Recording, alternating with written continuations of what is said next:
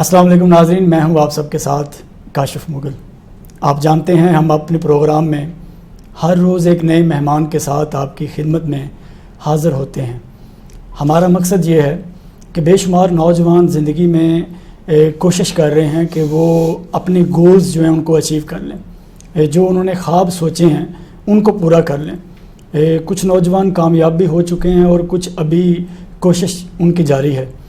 آج اسی سلسلے میں ہم نے ایک اپنے مہمان کو دعوت دی ہے۔ مجھے اس بات کی بڑی خوشی ہے کہ ان کا بیسیکلی جو تعلق ہے وہ شہر موڑ کھنڈا سے ہے، اور اب وہ ان دنوں لاہور میں مقیم ہے، جاپان انٹرنیشنل کارپوریشن ایجنسی میں بطور ڈپٹی چیف ایڈوائزر اپنی خدمات سر انجام دے رہے ہیں۔ کیونکہ وہ ایجوکیشن کے سیکٹر میں کام کر رہے ہیں، ہماری آج کی ساری گفتگو ان سے تعلیم کے حوالے سے ہوگی۔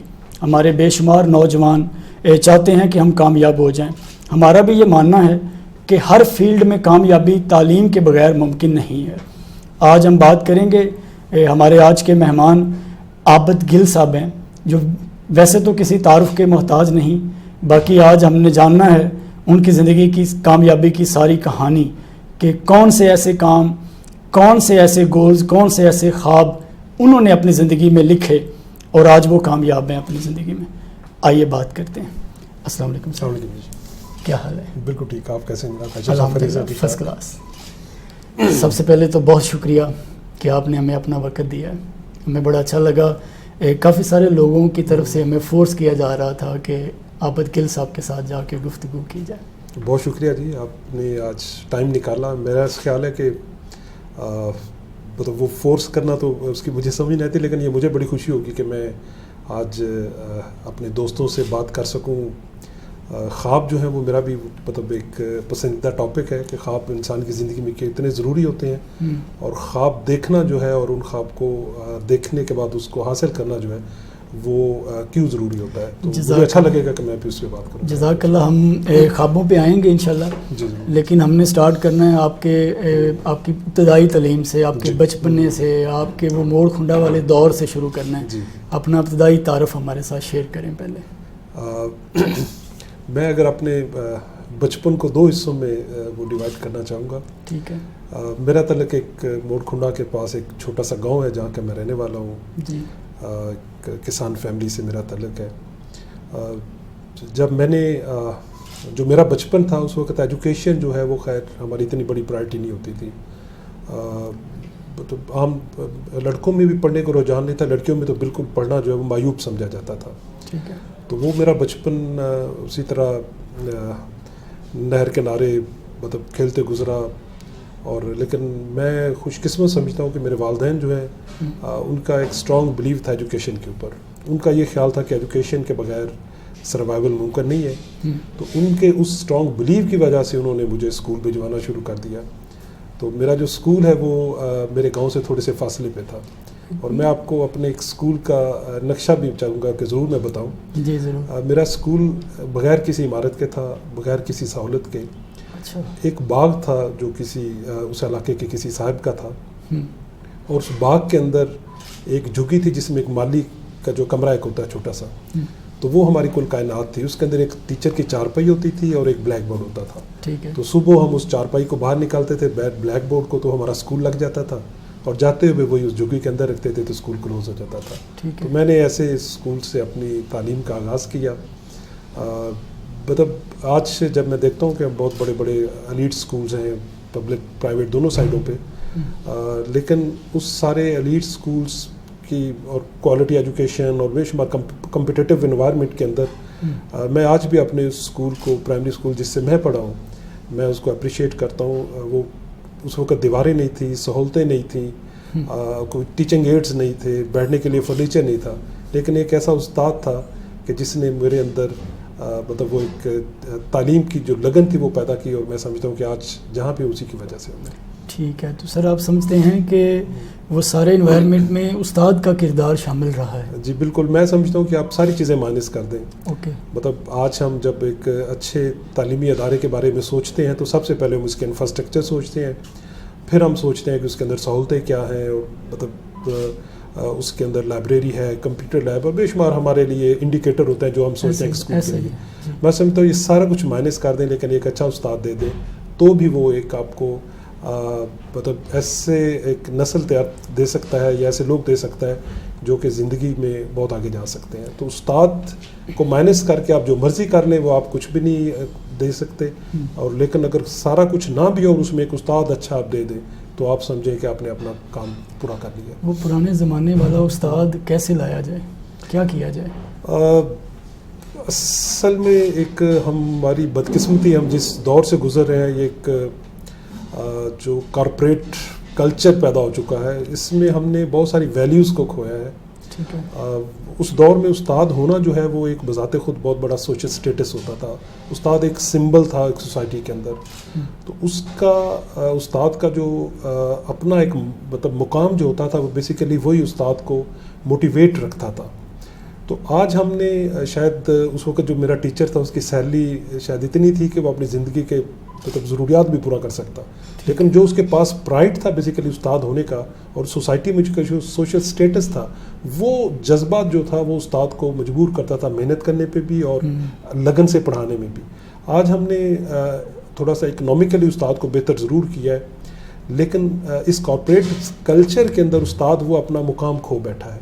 تو وہ جو اقدار تھیں جو کہ ٹو وے تھا, استاد ایسا ہوتا تھا تو اس کو وہ رسپیکٹ ملتی تھی, اور سوسائٹی ایسی جو تھی کہ وہ استاد کو قدر بھی کرتی تھی. تو میرا خیال ہے کہ دونوں طرف سے ایک کچھ کمی ہوئی ہے, جس کی وجہ سے استاد آج وہ اتنا موٹیویٹڈ نہیں ہے, اس کے اندر اتنا جذبہ نہیں ہے جتنا کہ اس دور کے استاد ہوا کرتا تھا. یہ سارے مسائل تعلیمی اداروں سے پیدا ہو رہے ہیں کہ استاد ٹھیک طرح سے پروڈکٹ ہو کے آ نہیں رہے. یہ بیسیکلی ایک وشیس سرکل ہے. میں سمجھتا ہوں کہ یہ تعلیمی ادارے کا بھی ایک رول ہے, لیکن اس سے زیادہ سوسائٹی کا رول ہے. ٹھیک ہے. سوسائٹی میں جو ہے وہ جو اس کی ہم نے ویلیو شفٹ کی ہے. پہلے کسی بھی شخص کی مطلب ہم سمجھتے تھے کہ وہ کتنا اچھا ہے, اس کے لیے وہ ہوتا تھا کہ وہ کتنا سچا ہے, وہ کتنا محنتی ہے, وہ کتنا وعدے کا پابند ہے, وہ کتنا آنیسٹ ہے. یہ چیزیں ہوتی تھی جس پہ ہم کسی بندے کو پیمانے پہ ماپا کرتے تھے. آج ہم نے وہ ویلیوز شفٹ کر کے آج کس کا کتنا بڑا گھر ہے, کتنی بڑی کار ہے, کتنے لوگ اس کو جانتے ہیں, کتنی سہولتیں اس کے پاس ہیں, کتنی اتھارٹی اس کے پاس ہے, ہم نے ان کو ہم ماپنے کا پیمانہ بنا دیا ہے. جب آپ اس پیمانے کو فٹ کرتے ہیں تو اس میں پھر ٹیچر جو ہے کیونکہ وہ کاروبار اتنا نہیں کر سکتا کہ وہ کروڑوں کما سکے, وہ ان اتھارٹیٹیو پوزیشنس پہ نہیں ہوتا کہ جہاں پہ وہ اپنی اتھارٹی شو کرے, تو وہ پھر ڈپرائیوڈ ہوتا گیا. تو میرا یہ خیال ہے کہ تعلیمی ادارے کا رول بھی ہے, لیکن اس سے بڑا رول سوسائٹی کا ہے, جس نے وہ ساری قدریں شفٹ کر کے استاد کو آج اس وہ جو ایک اسٹیٹس ہے اس سے اس کو نیچے کرا دیا. ہر بچہ جب ابتدائی تعلیم میں ہوتا ہے, اسکول میں پڑھ رہا ہوتا ہے, تو ان کو کہا جاتا ہے کہ یار آپ ابھی سے اپنے خواب بناؤ, کچھ لکھو تاکہ بڑے ہو کے کامیاب بن جاؤ. تو آپ بھی ابتدائی دور میں تھے تو اپنے آپ کو یہ کہتے تھے کہ کوئی خواب بنانے ہیں, کچھ یہاں تک جانا ہے, یہ کرنا ہے, کچھ ایسی سوچ تھی؟ سوچ تو نہیں, اتنا کلیئر نہیں تھا. ہوتا یہ تھا کہ جب ہم پڑھتے تھے تو اس وقت مطلب ایجوکیشن جو ہے وہ حاصل کرنا اور پھر اس کے بعد کوئی بھی نوکری کرنا, یہ ایک الٹیمیٹ سمجھا جاتا تھا کہ ایجوکیشن کا پرپز یہ ہے. اور آپ مطلب ایک لو انکم اگر فیملی سے تعلق رکھتے ہیں تو موٹیو یہ ہوتا تھا کہ پڑھ لکھ کر شاید آپ تھوڑا سا بہتر جاب میں چلے جائیں گے اور آپ کا سوشل اسٹیٹس بہتر ہو جائے گا. اس حد تک اس سے زیادہ کلیئر خواب نہیں ہوتا تھا. یہ تو پھر آہستہ آہستہ شیپ اپ ہوتے گئے. یہ خواب جو ہیں وہ ہمارے ہاں جو ایجوکیشن ہے اس کو اس کا مطلب ون گول ہی سمجھا جاتا ہے, اس کو بڑا لنک کیا جاتا ہے اکنامی کے ساتھ. تو اس لیے ہمارے خواب اسی کے ساتھ جڑے ہوتے تھے. لیکن ایک کمی ہے جو آپ نے جو کہا ہے, بیسیکلی کمی ہے کیریئر کاؤنسلنگ کی ہماری سوسائٹی میں.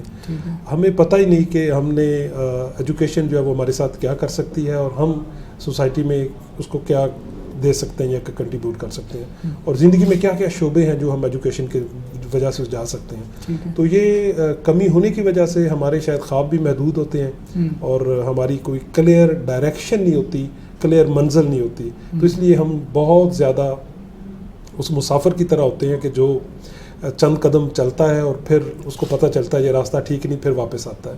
تو میں ایک شعر جو کہ طالب علم تھا اس وقت سے مجھے یاد ہے کہ وہ جو مل جائے تو پوچھنا نہیں بس دیکھنا انہیں غور سے، جنہیں راستے میں یہ خبر ہوئی کہ یہ راستہ کوئی اور ہے.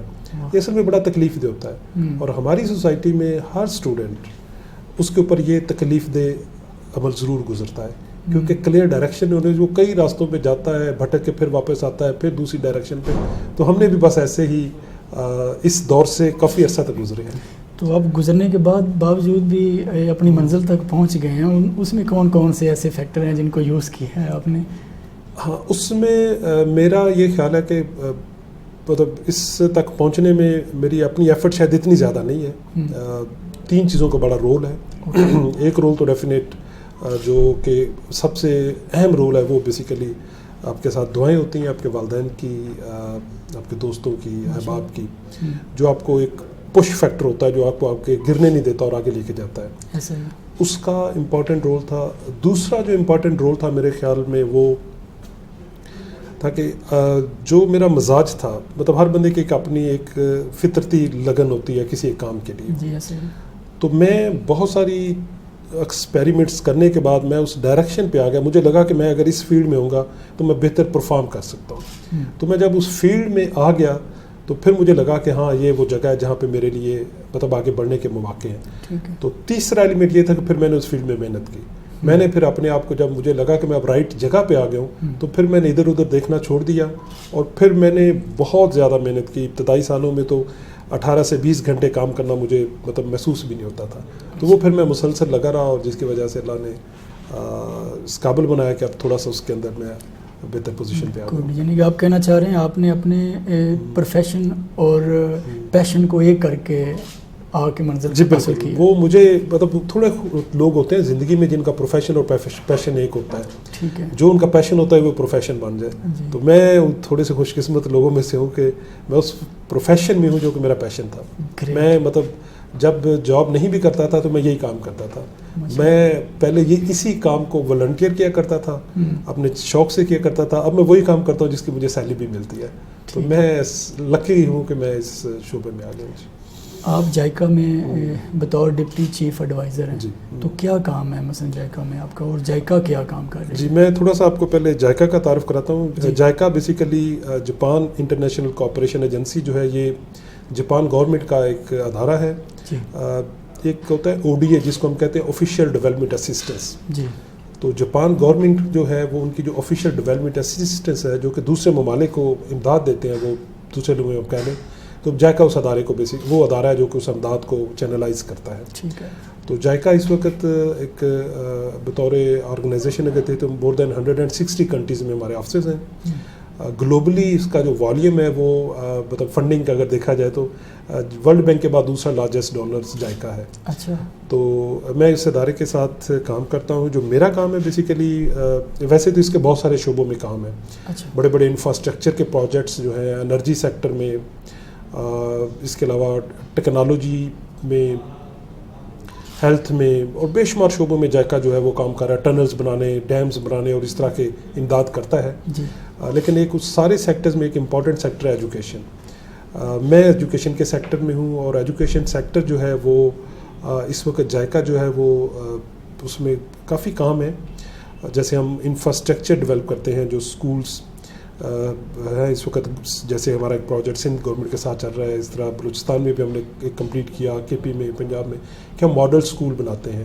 جو پرائمری اسکول ہیں ان کو اپ گریڈ کر کے گرلز ایلیمنٹری اسکول تاکہ لڑکیوں کو آگے پڑھنے کے مواقع ملے. تو ایک مطلب state of the art infrastructure facilities وہ دیتے ہیں. اس کے علاوہ ایک بڑا چیلنج پاکستان میں جو ایجوکیشن کا وہ یہ ہے کہ ہمارا اگر آپ اوور آل پاپولیشن دیکھیں جو اسکول گوئنگ ایج کی ہے 5 سے 16% جو سال کے بچے ہیں، تو اس کے 22.8 ملین بچے اسکولوں سے باہر ہیں، جو کہ بہت بڑا مطلب 22 million is a big number.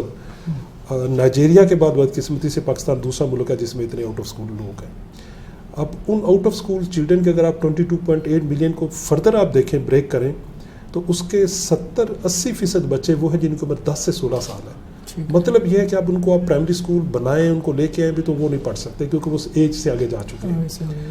تو ہم نے یہ سوچا ہے کہ ان بچوں کے لیے ایک الٹرنیٹ ایجوکیشن سسٹم بنایا جائے. ٹھیک ہے. وہ سسٹم جو ہے ان ایج اپروپریٹ ہو.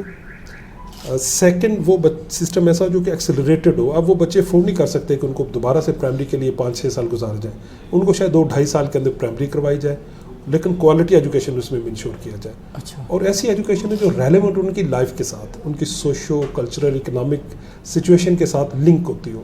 تو ہم وہ ایک سسٹم بنانے میں اس وقت پاکستان گورنمنٹ کو سپورٹ کر رہے ہیں. ٹھیک ہے. ہم نے اسی طرح کا ایک سسٹم بلوچستان کے لیے بنایا ہے, الٹرنیٹ لرننگ کا ایک سسٹم ہے, سندھ کے لیے بنایا ہے, اس سے پہلے پنجاب میں بھی بنا چکے ہیں, اور اب KP اور فیڈرل گورنمنٹ کے لیے ہم یہی کام کر رہے ہیں. تو ہم ہیلپ کر رہے ہیں کہ وہ جو 22.8 ملین بچے اسکولوں سے ہیں, ان میں سے زیادہ بچوں کو ہم دوبارہ سے سسٹم میں لا سکیں اور ان کو ایک سیکنڈ چانس دیں کہ وہ دوبارہ ایجوکیشن میں آنے کے بعد آگے بڑھ سکیں.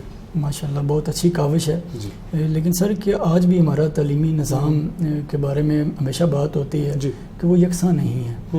امیر کے لیے تعلیمی نظام اور ہے, غریب کے لیے اور ہے. آپ کیا سمجھتے ہیں اس نظام کو یکساں کیسے کیا جا سکتا ہے؟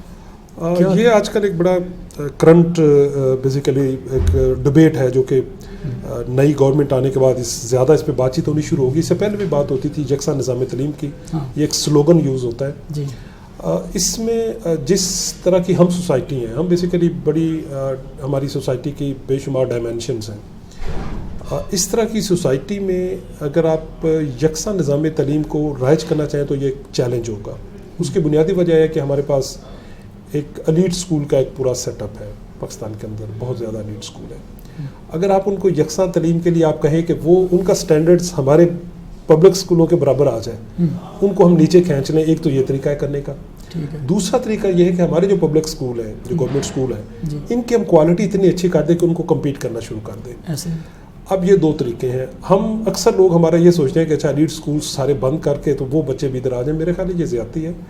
ہمیں یہ کرنا چاہیے 2-3-4 سسٹمز ہونے میں کوئی برائی نہیں ہے.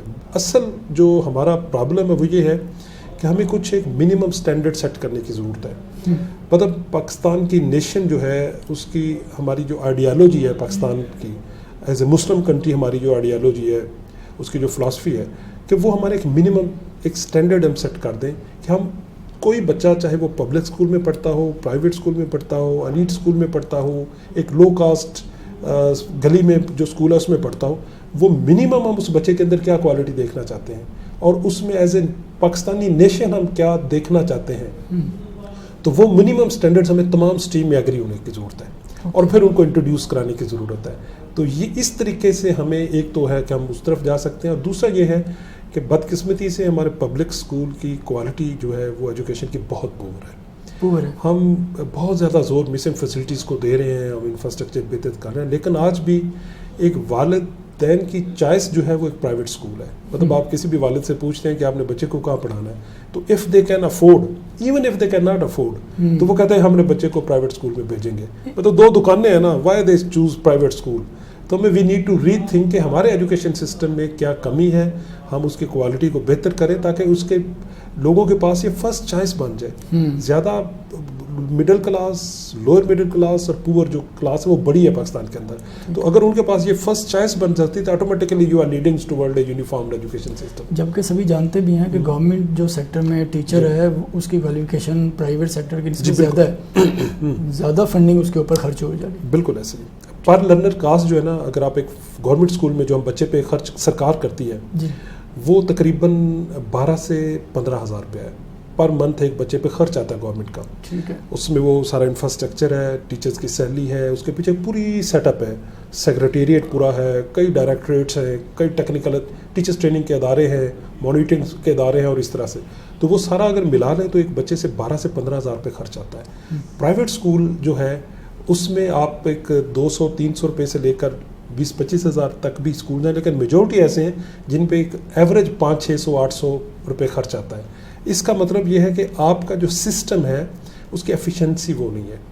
پرائیویٹ میں ایک آنر آف دا جو وہ اسکول کا آنر ہے وہ بیٹھا ہوتا ہے اور اس کو پتا کہ میں نے رزلٹ لینا ہے اور وہ پوری آنرشپ اس کی ہوتی ہے.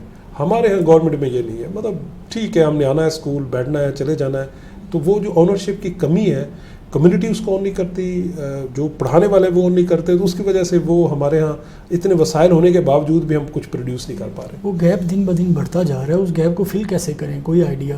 جی, اس کے لیے 2 کام میرے خیال کرنے کی ضرورت ہے.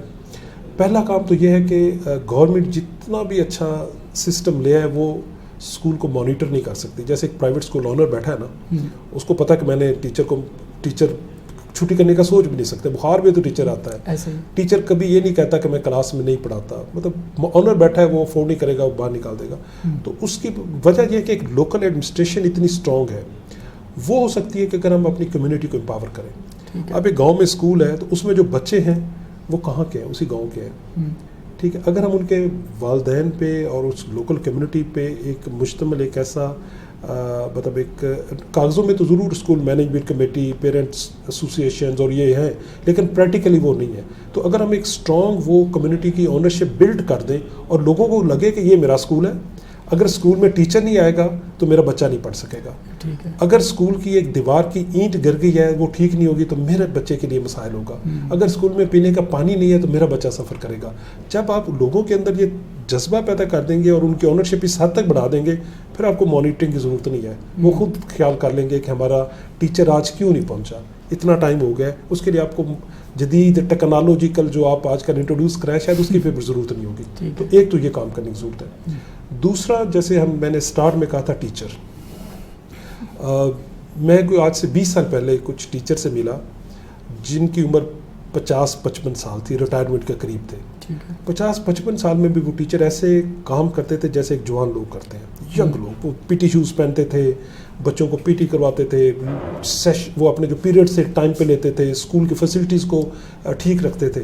تو میں نے پوچھا کہ کیا وجہ ہے, مطلب ایک طرف اتنا جذبہ 50-55-60 سال کے بندے کے اندر, اور ایک طرف ہمارے ینگ لوگ آتے ہیں تو وہ بھی اتنا نہیں کرتے. تو مجھے جس چیز کی سمجھ آئی وہ یہ تھی کہ اس وقت 2 کورس ہوتے تھے, ایک جے وی اور ایک ایس وی, جونیئر ورنکولر اور سینئر ورنکولر. یہ کورس ٹیچر ٹریننگ کے ہوتے تھے اور اس کے لیے ایک نارمل کالج ہوتا تھا جس میں وہ پڑھ کے آتے تھے. 1 سال کا ٹریننگ کورس ہوتا تھا اور اس میں ریزیڈینشل تھا. ٹیچر نے وہیں رہنا ہے اور صبح 5 بجے سے لے کر رات 9 بجے تک وہ مسلسل کچھ نہ کچھ کرتے رہتے تھے, جیسے ہمارے آرمی کے انسٹیٹیوٹ میں ہوتا ہے ٹریننگ میں. تو وہ ٹیچر کا بالکل مائنڈ ایسا بنا دیتے تھے اور اس کے اندر ایسا موٹیویشن کا انجیکشن لگاتے تھے کہ وہ ریٹائرمنٹ تک بھی قائم رہتا تھا. تو آج ہمیں ینگ لوگ ہائر کرنے چاہیے, ایک گریجویٹس, ماسٹر, اور پھر ان کو 1 سال کے لیے ایسے ٹریننگ انسٹیٹیوٹ میں لے جائیں جہاں پہ وہ رہتے ہوں اور ان کو ایک پروفیشن کے لیے جو ریکوائرمنٹ ہے ساری اس کے اندر پوری کریں.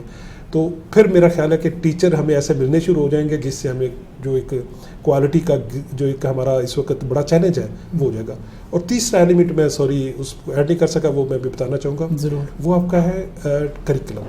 ٹھیک ہے, آج آپ کسی بھی اسکول میں جائیں ہو تو بچے سب سے بڑی اس کی اچیومنٹ کیا ہے کہ کسی ایک ٹاپک کو میمورائز کرنا, وہ چاہے لینگویج ہو, انگلش, اردو, وہ سائنس ہو, وہ میتھ ہو, اس نے میمورائز کرنا ہوتا ہے, ریپروڈیوس کرنا ہوتا ہے امتحان میں. یہ سارا ہماری ٹیچنگ پوری ہے. یہ بیسیکلی ایجوکیشن فلاسفی کے خلاف ہے. بیسیکلی بچے کو آپ نے اس کی ڈیولپمنٹ اوور آل کرنی ہے, تو اس کی ایک پرسنالٹی ڈیولپمنٹ کے لیے اس کو سارے ایلیمنٹ اس میں ہونے چاہیے. لیکن ہم اس وقت بہت زیادہ موو کر گئے ہیں کہ بچے کو 98 پوائنٹ اتنے نمبر آنے چاہیے. اب وہ نمبر آنے کے لیے ہم صرف رٹا لگواتے ہیں, کوئی کنسیپچل انڈرسٹینڈنگ نہیں دیتے. ہمیں شفٹ کرنا چاہیے اس فضول دوڑ سے کنسیپچل کلیئرٹی کی طرف. ایجوکیشن آج جو اس کی ضرورت ہے نا, مطلب 21 سینچری جس میں ہم ابھی انٹر ہو چکے ہیں, اس کی ریکوائرمنٹ فرق ہے. کیونکہ آپ کو اب آرٹیفیشیل انٹیلیجنس نے شعبے بدل دینے ہیں. کچھ عرصے بعد کئی شعبے بالکل ختم ہو جائیں گے. کون سروائیو کرے گا؟ جس کے پاس کریٹیکل تھنکنگ ہوگی, جس کے بعد کریٹیوٹی ہوگی, کولیبریشن ہوگی, کوآپریشن ہوگی. یہ وہ 21 سینچری کی سکلز ہیں جو آج آپ اپنے اسکولوں میں بچوں کو دے ہی نہیں رہے. تو we have to reshift our curriculum approach, textbooks approach اور ٹیچنگ میتھڈ, تاکہ ہم بچے کی اوور آل پرسنالٹی ڈیولپمنٹ ایسی کر سکیں کہ وہ آنے والے وقت میں سروائیو کر سکیں. میں نے تو کئی اساتذہ سے یہ بھی سنا جی کہ آپ اپنے بچے کو تعلیم کے ساتھ تربیت کیوں نہیں دیتے. یہی جو بھی آپ نے بات کی, کریٹیکل تھنکنگ ہونی چاہیے, پرابلم سالور ہونا چاہیے. وہ کہہ رہے ہیں کہ ہمارے پاس وقت ہی نہیں بچتا, اگر ان کاموں پہ بچے کو لگائیں گے نمبر کہاں سے آئیں گے. ہم نے بیسیکلی اپنے آپ کو مطلب ایجوکیشن کے نام پہ جو ہم کر رہے ہیں وہ بیسیکل ایجوکیشن ہے نہیں. مطلب ایک ہوتا ہے کنٹینٹ ماسٹری جس کو ہم کہتے ہیں کہ کوئی ایک کنٹینٹ ہے, مجھے اس کے اوپر ماسٹری ہو جائے کہ میں اس کو بتا سکوں کہ میں یہ کنٹینٹ جانتا ہوں. یہ کسی بھی ایجوکیشن سسٹم کا 20-30% سے زیادہ نہیں ہوتا. تو ہمارا اس وقت 100% فوکس صرف اسی پہ ہے. تو اسی لیے ہمارا ایجوکیشن کا جو اس وقت پورا نظام ہے اس میں ہمیں اس کو میرا خیال ہے اس کا پیراڈائم کو چینج کرنے کی ضرورت ہے. ہمیں اس دور سے نکالنے کی ضرورت ہے. جو لوگ اچھا پروفیشن میں کسی میں جانا چاہتے ہیں اس کو ہم بلا وجہ باقی چیزیں کیوں یاد کرواتے رہتے ہیں, وہ اس پروفیشن کے دیں. آپ فن لینڈ کو دیکھیں, فن لینڈ کیا کر رہا ہے. فن لینڈ اگلے کچھ 2-4-5 سالوں میں سبجیکٹ سے آؤٹ ہو جائے گا. فن لینڈ نے یہ کیا ہے کہ انہوں نے اپنے کہا ہے کہ آپ ایک مطلب کسی شعبے میں جانا چاہتے ہیں تو وہ آپ کو ویری ارلی اسکول ایج سے وہ آپ کو ایکسپوز کرنا شروع کر دیتے ہیں اس شعبے کی طرف تاکہ آپ اس میں آگے بڑھیں, بجائے آپ کو 10 کتابیں رٹائیں جو آپ زندگی میں کبھی یوز بھی نہیں کرتے. مجھے نہیں پتا میں نے الجبرا کیوں رٹا تھا, مجھے سمجھ نہیں آتی تھی. تو ہمیں اس کو چینج کرنے کی ضرورت ہے. ہمیں وہ سکھانا چاہیے اور وہ چیزیں ایکسپوز کرنی چاہیے, بچے کو اس طرف لانا چاہیے جو اس نے پریکٹیکل لائف میں جانا ہے. ماشاءاللہ. اب آپ کا نیکسٹ جو ویژن ہے اداروں میں اصلاحات کے بعد, جی کیا دیکھتے ہیں ایجوکیشن میں, کیا انقلاب آنے والا؟ آپ اتنا کام کر رہے ہیں, آپ کیا سوچتے ہیں کہ نیکسٹ 5-10 سالوں میں کیا ہونے والا ہے تعلیم کے حوالے سے؟ میں یہ سمجھتا ہوں کہ اب پاکستان ڈیفینیٹ ہماری ایک چھوٹی سی کنٹریبیوشن ہے. مطلب ایک ہمارا ادارہ اگر آپ سمجھے کہ پورے ایجوکیشن سسٹم کو شاید چینج کر دے گا, وہ تو نہیں ہے. ہم ایک چھوٹی سی ایفرٹ کر رہے ہیں, اور ایفرٹ اس کو ہم ایک ٹرم یوز کرتے ہوتے ہیں جو وہ اس کو نا ایک بوٹ ہوتی ہے جو سمندری جہاز جو ہوتے ہیں نا, تو ان کو جب ڈائریکشن راستے پہ جگانے ایک چھوٹے سا اس کو فلیگ شپ وہ بوٹ کہتے ہیں کہ جس نے بیسیکلی بحری جہاز کو راستے دکھانے ہوتے ہیں. وہ خطرناک تو نہیں ہے کچھ, اور اس کے بعد پھر بحری جہاز اس پہ جاتا ہے. تو ہم تو وہ شاید رول ادا کر رہے ہیں کہ ہم کچھ وہ ایریا جس میں ہماری ایجوکیشن کو آنا چاہیے آج اس پہ کام کریں. میں ایک مثال دیتا ہوں, ہم نے کریکولم ڈیولپ کیا ہے. وہ کریکولم جو ہے ہم نے اس کو وہ ساری جو مطلب کریٹیکل تھنکنگ, کریٹیوٹی اور ساری چیزوں کو اس کا حصہ بنایا ہے. جیسے اگر اس کریکولم کے اندر آپ میتھ کی کتاب دیکھیں گے تو میتھ کا ہر چیپٹر جو ہے وہ سٹارٹ ہوتا ہے ایک سٹوری سے. اچھا, مطلب میں وہ ایک کنسیپٹ سیکھنے جا رہا ہوں, لیکن اس کنسیپٹ کا میری زندگی سے تعلق ہے. وہ سٹوری بتاتی ہے کہ وہ کنسیپٹ جو سیکھیں گے آپ اس کا آپ کی لائف میں کہاں اپلائی ہوگا. جب مجھے یہ سمجھ آ جاتی ہے نا تو میں اس کو دلچسپی سے سیکھوں گا. اگر مجھے یہ سمجھ نہیں ہے تو میرا انٹرسٹ نہیں ہوگا. تو ہمیں بیسیکلی اپنے اسکول کو, اپنے کریکولم کو, اپنے ٹیچر کو پل اسٹریٹجی پہ لانا ہے. ایک ہوتا ہے پش اسٹریٹجی, آپ بچوں کو بھی زور لگاتے ہیں, والدین دھکے دے کے اسکول بھیجتے ہیں, سوسائٹی اس کو پریشرائز کرتی ہے اسکول جاؤ, تو یہ پش اسٹریٹجی ہے. آپ جتنے زور سے دھکا دیتے ہیں وہ اسی ریئیکشن سے واپس جاتا ہے. آپ کے اگر 100 بچہ اسکول میں آج داخل ہوتا ہے تو 5ویں تک پہنچنے سے 45 بچے اسکول سے پھر باہر چلے جاتے ہیں. 45% ڈراپ آؤٹ ہے آپ کا صرف پرائمری لیول پہ. اور جب وہ ہائر سیکنڈری تک پہنچتے ہیں تو فردر اس میں بے شمار لوگ ڈراپ آؤٹ جائیں, کیونکہ آپ اس کو پش کر رہے ہیں. You need to create it like a pull strategy. آپ کا کریکولم اتنا اٹریکٹیو ہو, وہ برڈن نہ ہو رٹے والا اور کہ آپ نے اتنے نمبر لینے ہیں اور اتنا شوق سے وہ بس شوق سے. جاپان ہے, وہاں پہ امتحان ہے ہی نہیں, مطلب ابتدائی اسکول میں وہ اتنا انہوں نے دلچسپ بنا دیا کہ بچہ اسکول کے بغیر اس کو بخار ہو جاتا ہے. ہمارے یہاں اسکول کا نام سن کے بخار ہو جاتا ہے. تو اس طرح آپ ٹیچر کا رویہ اس کو چینج کریں اور اسکول کو اتنا انکلوسیو بنائیں تاکہ وہ بچہ جو ہے نا وہ اسکول دلچسپی سے آئے. تو یہ ایک تو کام کرنے کی ضرورت ہے. اور دوسرا یہ ہے, میں آپ کو ایک ہمارا اسلامک ملک ہے اس کی میں ایک ایگزامپل دیتا ہوں کہ انہوں نے کریکولم کیسے سیٹ کیا. انڈونیشیا ایک بڑا رقبے کے حساب سے سب سے بڑا اسلامی ملک وہ ہے, بہت بڑی پاپولیشن ہے مسلمانوں کی. وہاں میں 11 سال پہلے مجھے جانے کا اتفاق ہوا تو میں نے ان کے اتھارٹیز ایجوکیشن سے پوچھا کہ آپ نے اپنا کریکولم کیسے شفٹ کیا. تو انہوں نے مجھے کہا کہ ہم نے ایک ریسرچ کنڈکٹ کی, اسٹڈی تھی ایک, کہ 20 سال بعد کی دنیا میں کیا چینج آ چکی ہوگی. سائنس, ٹیکنالوجی, اکنامک, سوشل, ساری چیزیں 20 سال بعد کی دنیا کہاں ہوگی. اور وہ جو 20 سال کے بعد چینج ورلڈ ہوگی اس میں انڈونیشین کو کیا رول پرفارم کرنا چاہیے.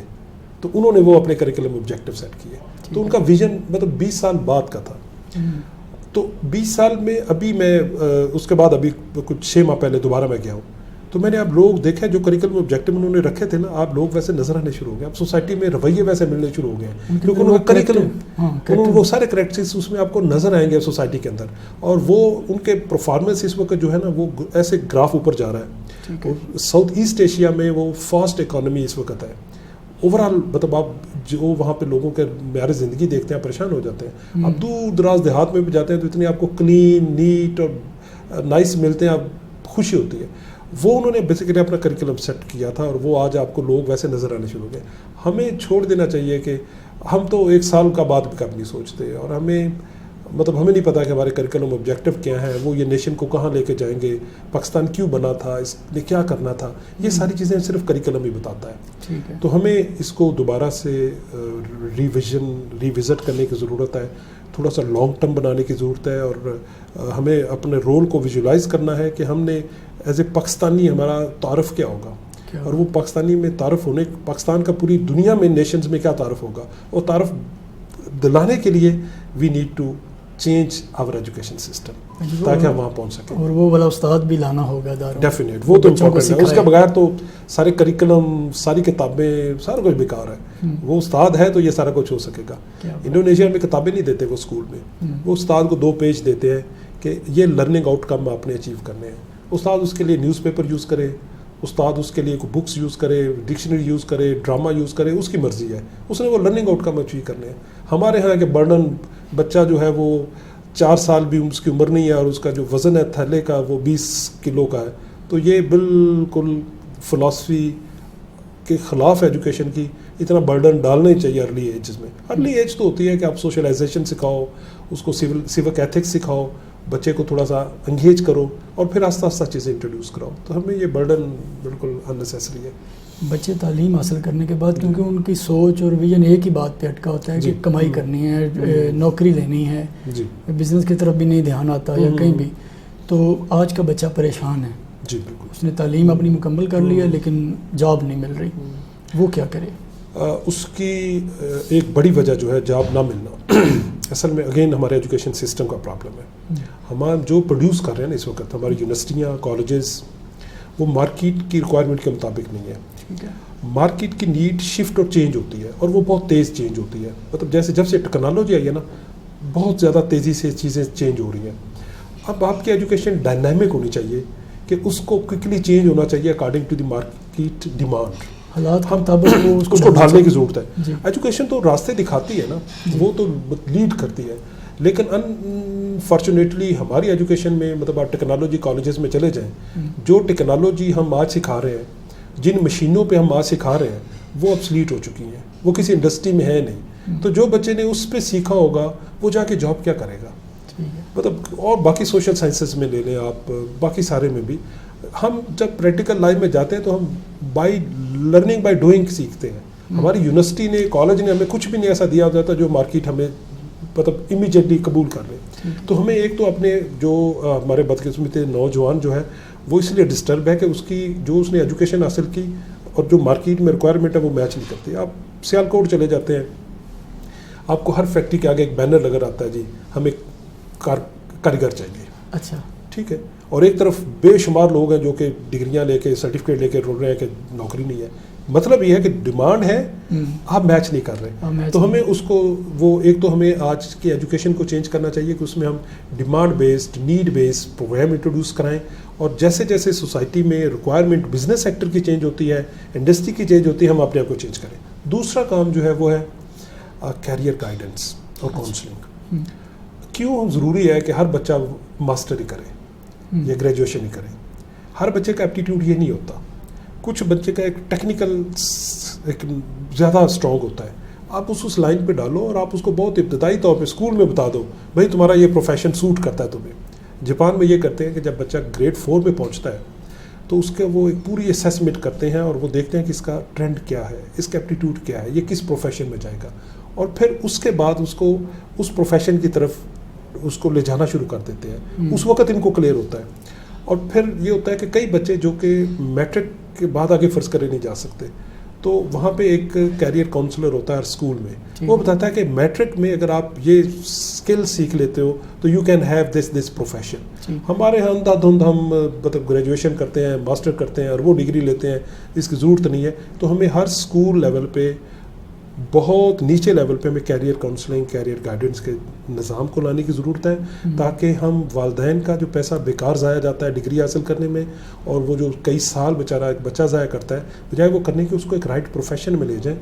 اب ضرورت ہے ہمیں، ہم اکنامک وہ سی پیک اور اس طرح کے بے شمار جو مواقع ہیں، we need a skill labour. ہمارے پاس اسکل لیبر ہے ہی نہیں. سر مجھے بھی کیریئر کاؤنسلنگ کی آپ بات کر رہے ہیں. جی جی. تو جو کیریئر کاؤنسلر ہے وہ بھی تو اپنا بزنس ہائی کرنے کے چکروں میں پڑ گیا نا. وہ بھی بچے کی طرف کہاں سوچتا ہے کہ بچہ کہاں جائے گا میری کاؤنسلنگ کے بعد. جی. تو اس کے حوالے سے پھر کیا؟ وہ ٹھیک ہے، ایک مطلب ایک بندے کا پروفیشن ہے وہ ایز اے کیریئر کاؤنسلنگ، جیسے ایک ٹیچر ہوتا ہے یا باقی پروفیشن، اس کا کام یہ ہے. لیکن اگر وہ اپنے پروفیشن میں اس کو جو بھی ملتا ہے ان ٹرمز آف سیلری ملتا ہے یا کاؤنسلنگ کی شکل میں کچھ ملتا ہے، کنسلٹنسی ملتی ہے، وہ ضرور لیں اور ہونا چاہیے، اچھا ہونا چاہیے. لیکن اس کے پے بیک جو کرنا چاہیے اس کو وہ یہ ہے کہ وہ ایک اچھا کیریئر کاؤنسلنگ کا کام کر سکے اور نوجوانوں کو، بچوں کو گائیڈ کر سکے کہ ان کے لیے رائٹ پروفیشنز کیا ہیں اور کیا ٹریک بنتا ہے. ٹھیک ہے، اس کی طرف لا سکے وہ ان کو. 5 اکتوبر آنے والا ہے، اساتذہ کا عالمی دن منایا جائے گا. جی بالکل. اس حوالے سے کیا پیغام دینا چاہیں گے؟ یہ اچھا ہوتا ہے، ہم سال میں ایک دفعہ بیٹھتے ہیں، مطلب ہم سیلیبریشنز کرتے ہیں، بے شمار ہم دن مناتے ہیں. تکریم اساتذہ، پہلی تو بات یہ ہے کہ یا وہ اٹس ناٹ ایک ڈے پہ اوپر وہ نہیں ہوتا منحصر، لیکن پھر بھی ایک اپرچونٹی ہے کہ جس دن ایٹ لیسٹ ہم بیٹھ کے کچھ سوچنا شروع کر دیں.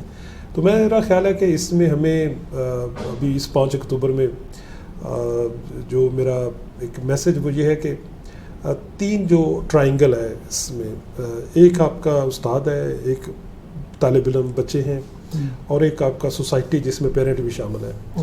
ان تینوں ٹرائنگل کو basically they have to sit together, decide کرنے کی ضرورت ہے کہ ایک استاد جو ہے اس سے ہم کیا ایکسپیکٹ کرتے ہیں. ٹھیک ہے، ہماری ایکسپیکٹیشن اس سے کیا ہے اور اس کے بدلے میں ہم کیا دیتے ہیں، سوسائٹیز کو کیا دیتی ہے اور مطلب ایک اسٹوڈنٹ کیا دیتے ہیں.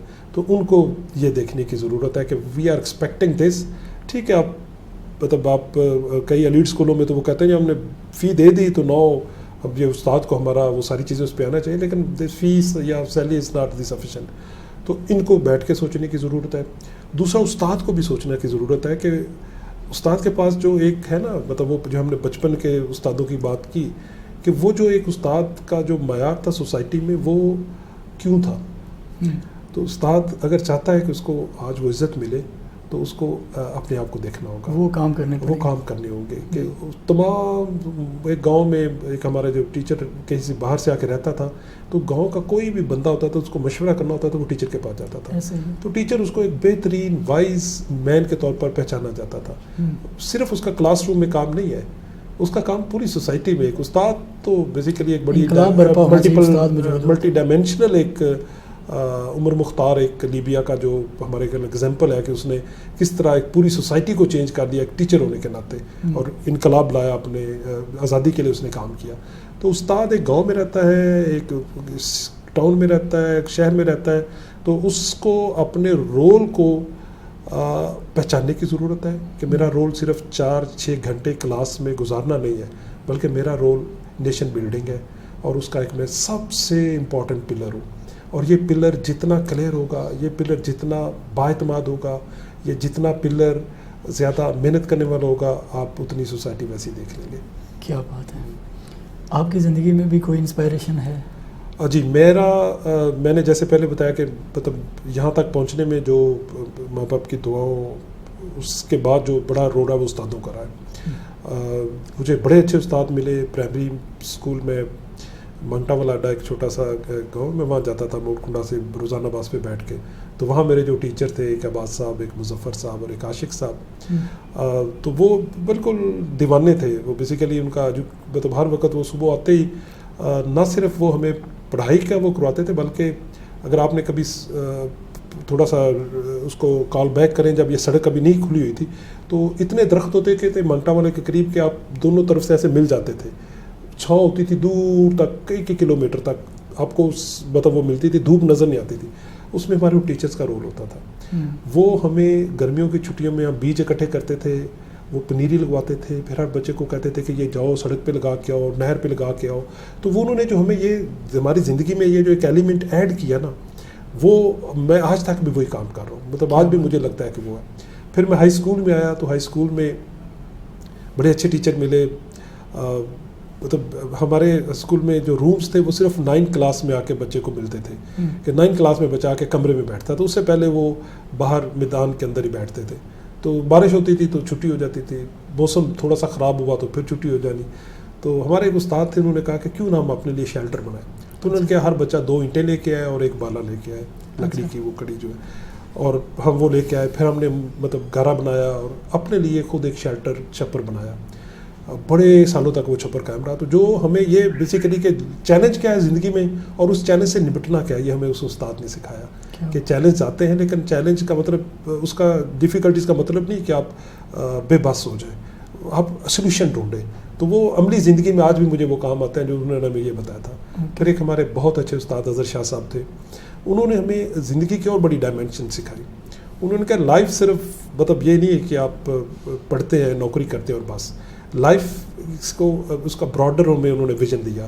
اتنا ایکسپوجر کرایا کہ مطلب زندگی اور میوزک کا کیا تعلق ہے, کتاب اور زندگی کا کیا تعلق ہے, زندگی اور اس نیچر کا کیا تعلق ہے. تو انہوں نے ہمیں سیر پہ لے کے جانا, ہمیں ایسے مطلب چیزیں اس ایج میں اس وقت میں ہمارے جیسے لوگوں کو انہوں نے وہ ایکسپوجر دیے کہ جو ہمیں پھر ہمارے اندر جذبہ اور بڑھاتی تھی کہ نہیں ہم نے آگے جانا ہے اور پڑھنا ہے. تو اس طرح کے استاد ملے جنہوں نے یہاں تک پہنچانے میں, آج اگر میں 2-4 باتیں کر لیتا ہوں یا جو میں اس سے پہلے جو ایجوکیشن کی اوپر بات کر رہا تھا, تو میرے ان استادوں کی ہی وجہ سے ہے کہ میں یہ سارے کر لیتا ہوں. ابھی میں یہاں آ رہا تھا تو مجھے اظہر شاہ صاحب نے اسپیشلی کہا کہ میرا بھی سلام کہیے گا عابد گل صاحب کو. میرے لیے بڑی آنر ہے, میں سمجھتا ہوں کہ مجھے وہ یاد رکھتے ہیں. مطلب ان کو اگر میرا نام یاد ہے تو میرے لیے واقعی یہ فخر کی بات ہے, کیونکہ ان کو تو ہر ایک بندہ یاد رکھے گا جتنا ہمارے اس قصبے کے اندر اس بندے کا رول ہے. جی, وہ جو آپ نے خواب کی بات کی تھی نا, ویژن, انہوں نے وہ چھوٹے چھوٹے ہمیں بیج بوئے تھے ہمارے ذہنوں میں کہ یہ بیج جو آپ تناور درخت بنے ہیں, تو وہ ان کا ایک بڑا رول تھا اس میں, اور انہوں نے بڑی ڈائمینشن سیٹ کی ہماری. بڑی بات ہے. جاتے جاتے آپ شہر موڑ کھنڈا کو چھوڑ کے لاہور آ گئے ہیں. جی, تو شہر موڑ کھنڈا کی عوام بھی آپ کو سن رہی ہے, بڑا یاد کرتی ہے آپ کو, بڑا مس بھی کرتی ہے. تو ان کے نام کیا کہنا چاہیں گے؟ موڑ کھنڈا بیسیکلی میرا قصبہ ہے, میں وہیں بڑا ہوا, اور میں بھی موڑ کنڈا کو میں سمجھتا ہوں کہ موڑ کنڈا ایک بہت بڑا انسٹیٹیوٹ ہے. مطلب ہم اپنی زندگی میں بے شمار لوگوں سے انٹریکٹ کرتے ہیں, لیکن ہمیں جو سوسائٹی نے سکھایا ہے نا, جو مطلب وہ دیا ہے, مطلب وہ ہمیں بہت کام آتا ہے. بے شمار پروفیشنل میرے جیسے اور مجھ سے کئی اچھے پروفیشنل میرے فیلڈ کے اندر جو ہے موڑ کنڈا سے ہیں. تو کئی لوگ پوچھتے ہیں کتنے لوگ کیسے آگے نکل گئے, تو میں انہیں کہتا ہوں کہ موڑ کنڈا بیسیکلی وہ شہر یا گاؤں نہیں ہے, قصبہ نہیں ہے, بلکہ وہ ایک انسٹیٹیوٹ ہے. وہ ہمیں سکھاتا تھا. وہ کیا ایلیمنٹ تھے اس وقت سوسائٹی میں, آپ کو وہ بتانا چاہتا ہوں, جو کہ شاید آپ موڑ کنڈا میں ان کے ریوائول کی ضرورت ہے. مطلب ہمیں لٹریری ایکٹیویٹیز اس وقت ہماری جو ایج تھی, ہم خود بھی ارینج کیا کرتے تھے. ہم سے پہلے جو ینگ تھے انہوں نے اس کو انیشیٹ کیا اور ہم نے کنٹینیو رکھا. ہم لٹریری ایکٹیویٹیز کرتے تھے موڑ کنڈا کے اندر. ہم نے مطلب ادبی تنظیمیں تھیں جو مشاعرے کروایا کرتی تھی, اس طرح کے بہت سارے کام کرتی تھی, جو کہ آپ کو ایک اس کا جو ایک سافٹ ایک لائف کے اندر جو ایلیمنٹ ہے نا وہ ایڈ کرتی تھی. لٹریچر کے ساتھ لگاؤ, اور وہ اسپورٹس اتنی زبردست ہوا کرتی تھی, تمام ہاکی, فٹ بال, کرکٹ, بے شمار, اور وہ مطلب کمپیٹ کیا کرتے تھے پورے علاقے کے لوگوں کو. یہ تھا. اور اس کے علاوہ جو سوشل جو کام ہوتے تھے, مجھے یاد ہے ہم ایف سی کالج میں پڑھتے تھے, گرمیوں کی چھٹیوں میں واپس موڑ کھا جاتے تھے. وہاں پہ لڑکیوں کا پرائمری اسکول ہے موڑ کنڈا کے اندر ہی. جی بالکل. تو ہم ان سے ریکویسٹ کر کے وہ اسکول لے لیتے تھے گرمیوں کی چھٹیوں میں. صفیں بچھا دیتے تھے, پانی کے کولر رکھتے تھے, اور ہم کوچنگ سینٹر ہوتا تھا ہمارا, فری کوچنگ سینٹر. تو 200-300 بچے ہم 3 مہینے ان کو پڑھاتے تھے. جو ہمیں سیکھا ہوتا تھا وہ بھی سکھاتے تھے, کنٹینٹ بھی دیتے تھے, فری کیمپ میڈیکل لگا کرتے تھے, اور اس طرح بے شمار کام تھے. تو وہ یہ ساری چیزیں مل کر نا بیسیکلی وہ سوسائٹی کے اندر آپ کو ایک اچھا انسان بنانے میں اپنا رول ادا کرتی تھی. آج شاید یہ کچھ چیزیں کم ہو گئی ہیں. تو موڑ کنڈا میں ہمیں اس طرح کی یہ ساری چیزیں, ہم جو کہتے ہیں نا, جو اسکول سب کچھ دیتا ہے, اسکول سب کچھ نہیں دیتا, سوسائٹی سب کچھ دیتی ہے. اسکول ایک ایلیمنٹ ہوتا ہے جو کچھ دیتا ہے. تو اگر سوسائٹی یہ سارے ایلیمنٹ دوبارہ سے دینا شروع کر دے تو میں سمجھتا ہوں کہ موڑ کنڈا میں کی زمین میں اتنی زرخیزی ہے کہ وہ they can do a wonder. مطلب وہ اللہ تعالیٰ نے اس کو بہت نوازا ہوا زمین کو. انشاءاللہ اب آپ بلکہ آپ کی بھی خدمات لیں گے جی. دوبارہ موڑ کنڈا میں وہ ساری محفلیں انشاءاللہ بحال کرنے جا رہے ہیں انشاءاللہ تعالیٰ. میں مجھے خوشی ہوگی کہ میں اگر تھوڑا سا بھی کنٹریبیوٹ کر سکوں. مجھے اس تک پہنچانے میں اس مٹی کا بڑا اہم رول ہے, تو اگر میں اس کے لیے کچھ بھی کر سکوں تو آئی will be more than happy, اور خوشی ہوگی. بہت جلد انشاءاللہ موڑ کھنڈ آپ کو یاد کرے گا انشاءاللہ تعالیٰ. دعاؤں میں یاد رکھیں. تھینک یو ویری مچ, بہت شکریہ آپ نے ٹائم نکالنا. جی ناظرین, آپ نے سنا, یہ تھے عابد کھل صاحب. بڑی شاندار باتیں انہوں نے آپ کے کریئر کے حوالے سے کی ہیں. بے شمار نوجوان کامیاب ہونا چاہتے ہیں, وہ اس انٹرویو کو مکمل سنیں, اور اگر آپ کو یہ پیغام اچھا لگے تو اس کو اپنے اگلے اور بھی بھائیوں تک پہنچائیں. انشاءاللہ دوبارہ حاضر ہوں گے اور مہمانوں کے ساتھ. اجازت دیجیے, دعاؤں میں یاد رکھیے. اللہ حافظ.